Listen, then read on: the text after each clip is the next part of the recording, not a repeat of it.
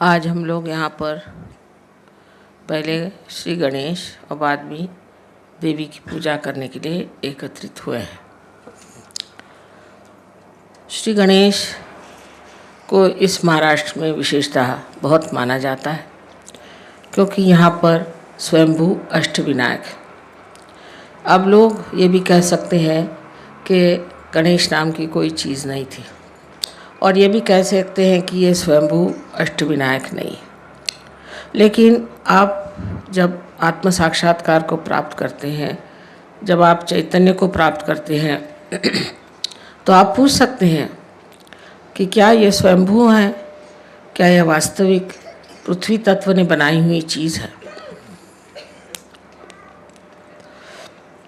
गणेश के अनेक चमत्कार सहयोग में हुए हैं। विशेष करके एक दो हमारे फोटोग्राफ्स है, अगर आप उन्हें देख लीजिए तो आप हैरान हो जाइएगा कि किस तरह से उन्होंने अपने दर्शन दिए हुए हैं। गणेश की जो विशेषता है वो ये है कि वो हर चक्र पे विराजमान। सबसे पहले गणेश की ही स्थापना की गई थी, और गणेश जो है वो पवित्रता को फैलाने के लिए संसार में है, कि पहले सारा संसार पवित्र हो जाए। सबसे बड़ी चीज़ है पवित्रता। अगर पवित्रता नहीं रहेगी तो कोई सा भी सृजन नहीं हो सकता। अब समझ लीजिए, अगर कोई पेड़ है और उसके आसपास का वातावरण दूषित हो जाएगा तो वो पेड़ मर जाएंगे। इसी प्रकार इस सारी सृष्टि का जो वातावरण है उसे पूर्णतया शुद्ध करने के लिए ही श्री गणेश की स्थापना की गई थी। आजकल के इस वातावरण में लोग समझ नहीं सकते हैं कि पवित्रता चीज़ क्या है और पवित्रता का अर्थ क्या है। यही गणेश आगे जा कर के आपके आज्ञा चक्र पे ईसा मसीह के रूप से प्रकट हुए थे। इसलिए ईसा मसीह ने भी सबसे ज़्यादा पवित्रता का महत्व बताया कि आपकी आंखें तक पवित्र होनी चाहिए, क्योंकि आज्ञा चक्र पे है। आँखों में तक आपकी पवित्रता होनी चाहिए। अगर आपकी आँखों में पवित्रता नहीं है तो फिर आप किसी तरह से भी पवित्र नहीं माने जाएंगे। लेकिन इसका ये मतलब नहीं कि आप अपने को कहें कि हम में ये खराबी, हम में वो खराबी। किंतु श्री गणेश को अगर हम मानते हैं, उनकी हम पूजा करते हैं, तो उनके गुण भी हमारे अंदर आने चाहिए। तो पहला तो उनका गुण है कि पवित्रता। अब इस पवित्रता को हम किस तरह से पा सकते हैं? कहने से नहीं हो सकता। किसी आदमी से कहा जाए तुम पवित्र हो जाओ तो नहीं हो सकता। गंगा जल से नहाने से भी मनुष्य पवित्र हो, ऐसी बात नहीं। तो ये पवित्रता आने के लिए क्या करना चाहिए? इसके लिए आपके कुंडलिनी का पहले ही जागरण होना चाहिए। जब जागरण हो जाएगा तभी समझ लेना चाहिए कि धीरे धीरे ये जो कुंडलिनी है ये सब चक्रों को स्वच्छ कर देगी। लेकिन वहाँ पर भी श्री गणेश जी का कार्य है, क्योंकि ये चैतन्य है, और वो चैतन्य स्वरूप श्री गणेश आपके हर चक्र को भी साफ करते रहते हैं। और अंत में जाकर के सहस्त्रार पर भी श्री गणेश, आप जानते हैं कि सदाशिव के गोद में बैठे हो।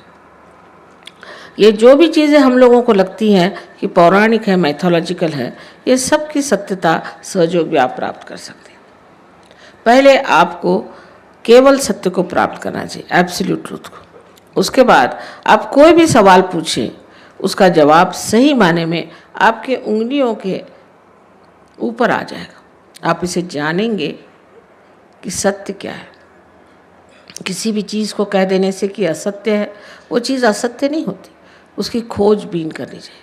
बड़ी ये गहरी चीज़ें हैं, और श्री गणेश का कार्य तो अत्यंत अत्यंत गहरा है। और वो एक चिर बालक है। उनमें जो अबोधिता है, इनोसेंस है, वो एक चिर बालक है। वो बालक स्वरूप है।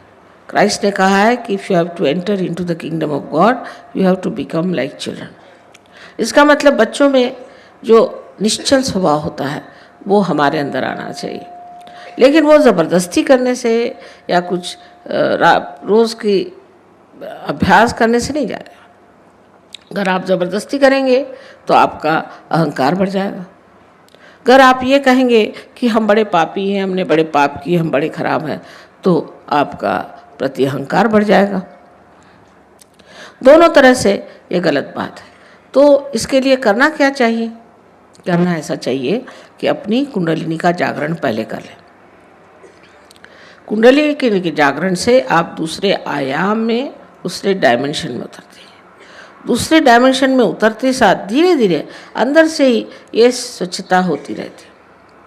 ये अनादिकाल से कुंडलिनी आपके अंदर स्थित है और ये उसी समय का इंतज़ार कर रही है, उसी के लिए बैठी हुई है कि जिस वक्त आपको ऐसी व्यक्ति मिल जाए जो आपकी कुंडलिनी का जागरण कर सके, क्योंकि ये आपकी माँ है और आपकी अपनी वैयक्तिक माँ है। वो आपके बारे में सब कुछ जानती है और जिस प्रकार आपकी माँ ने आपको जन्म देते वक्त सब तकलीफ़ें खुद उठाई, वो कुंडलिनी ही सारी तकलीफ़ें उठा देती है और आप इस आत्म साक्षात्कार को प्राप्त होते हैं। इस आत्म साक्षात्कार को प्राप्त होने के बाद आपको सिर्फ इतना करना है कि अपने इस योग को जो आपका अब परम चैतन्य के साथ हुआ है, उसके साथ एकाकारिता स्थापित करनी।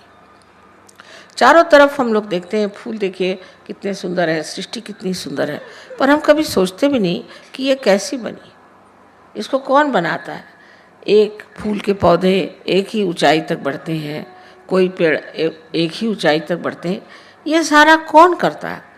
इसे आपको पातंजल में अगर आप देखे जाए तो लिखा हुआ है कि ऋतंभरा प्रज्ञा, इसका नाम उन्होंने ऋतंभरा प्रज्ञा कहा। लेकिन यही ब्रह्म चैतन्य है, यह परम चैतन्य है जो चारों तरफ फैला हुआ है और जिसके लिए आदि शंकराचार्य ने बताया हुआ है कि सलीलम सलीलम, ठंडी ठंडी हवा इसकी लहरें आती। बाइबल में भी इसको cool bridge of the Holi ghost कहा गया। इस प्रकार की कुंडलिनी हमारे अंदर है और वो बिल्कुल व्यवस्थित रूप से इसी के इंतज़ार में है कि कब आपका पुनर्जन्म है। अभी तक अमीबा से इस स्थिति में हम आ गए कि इंसान बन गए, लेकिन इससे कोई ना कोई ऊंच स्थिति ज़रूर होनी चाहिए। अगर हम सत्य को प्राप्त किए होते तो आज कल के जो झगड़े हैं ये न रहते।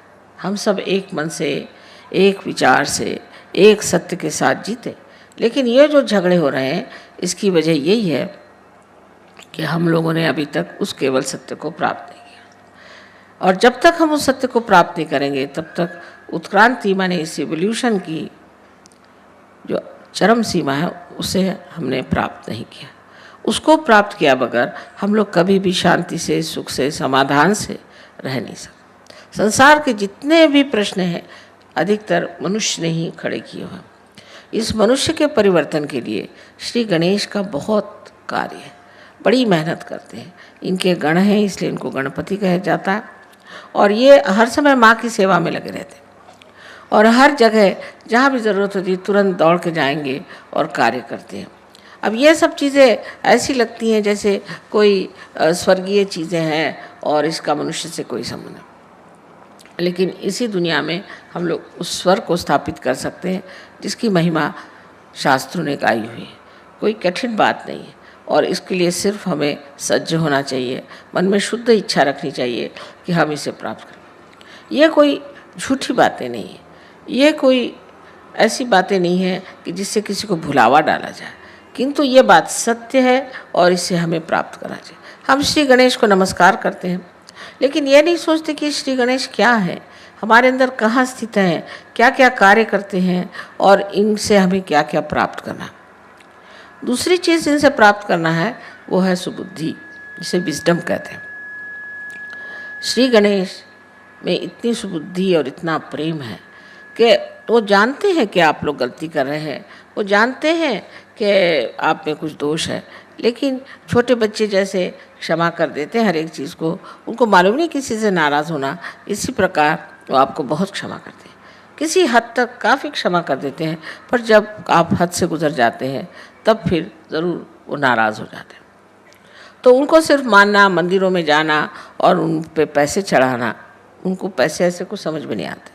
को अगर कुछ चढ़ाना है तो अपने हृदय को चढ़ाना होगा और उस गणेश को अपने हृदय में बसाना होगा।